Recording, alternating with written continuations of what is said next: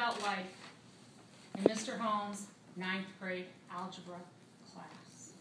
I know, you're thinking, life? Algebra? They don't have anything to do with each other. They do. They actually do. Just recently, I had to use the Pythagorean theorem. I don't remember exactly what I was doing. It had something to do with my quilt. I had the hypotenuse, and I can't remember if I was trying to figure out how big it was going to end up or how much fabric I needed. But Mr. Holmes, thank you for teaching me the Pythagorean theorem and giving me an excuse to go fabric shopping. Okay, that's an actual math thing that I actually used as a math thing. But there are many other things, such as some of the properties that are used in algebra, such as the commutative property with that all-important equal sign. A plus B equals B plus A. It doesn't matter how you mess them up, how you mix them up, how you put them, they have to balance. We all have 24 hours. However you put it over here, it's only going to equal 24 hours. So if you spend more time working and playing, you get less time to sleep. And if you're a new parent, you just get less time to sleep.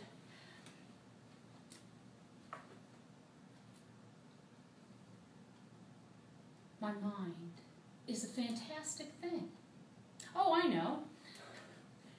If you have 2 parents and 3 children, you better have some tricks up your sleeve to balance that out, because they will overrun you. I know from experience. Also in algebra, in fact, what algebra was breaking down problems. You would get this huge problem that had letters and numbers and symbols, and you'd look at it and you would be told, solve for X. Oh my. But if you take the properties and the basic things you know and just start breaking it down, step by step, break it down into smaller parts, into the parts that you can do, pretty soon, Bob's your uncle. In the business world, we call that project management. In life, we call that what's for dinner. Think about how involved what's for dinner is. You got to decide what you're going to fix. You've got to get all the materials, which could be in various places. You got to mix things in the right proportion. You've got to get the temperature right for all the different parts. And then you have dinner, hopefully. Or in my case, we call make reservations because I didn't get the temperature right. So breaking down problems is an important lesson that you get in algebra. In fact, that's what algebra is all about. But I learned my life philosophy, or my philosophy of life, in algebra from Mr. Holmes. It wasn't so much about algebra as about how he taught it. In algebra, we had homework every night. I don't know if kids still have homework every night, but we always did. And our classroom had 3 walls of blackboards. For those of you a little younger, a blackboard is just like a whiteboard, only dustier. The first thing we would do is Mr. Holmes would assign a student a place on the blackboard and a homework problem. And we'd be up there and we'd all do it. And then he'd come around to each place and go over the problem. Now, if you made a minor mistake, like you added 5 and 3 and got 9, you just sort of erase it and write the right answer. Because the answer really wasn't the point. It was all the steps that you took to get that answer, and that was what was important. So if you messed up the whole steps, he would take the eraser and he'd erase the whole thing and say, 10 years from now, no one will care. I was a very serious child. I believed everything adults told me. I believed I had a permanent record that would follow me always.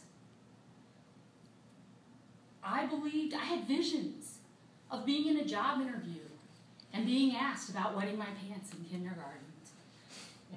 And here he is, he's saying 10 years from now, nobody will care. This was mind-blowing. But I paid attention to that, and I watched. And I realized that not only 10 years, 10 minutes later, sometimes people don't care about what you just messed up. It was incredible. And no interviewer has ever asked me about kindergarten. In fact, they've never asked me about problems I did in algebra either, which is pretty good. So that is my philosophy. 10 years from now, no one will care. And all you parents, keep that in mind with your kids, because they're not going to remember how messy the living room is. They're going to remember how much you played with them.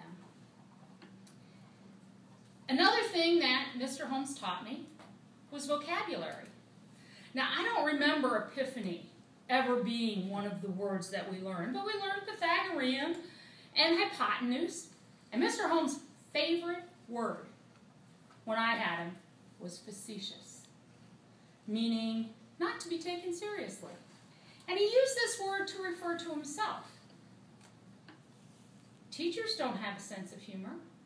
I was very serious. Teachers were never funny. And they certainly didn't laugh at themselves. They might laugh at a student that falls down, but they're not going to laugh at how they are.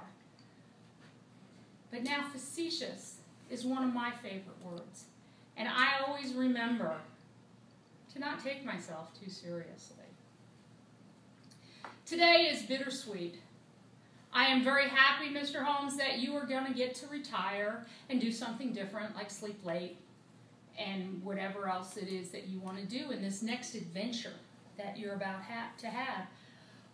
But I am sad for the next generation of children who will not learn these life lessons.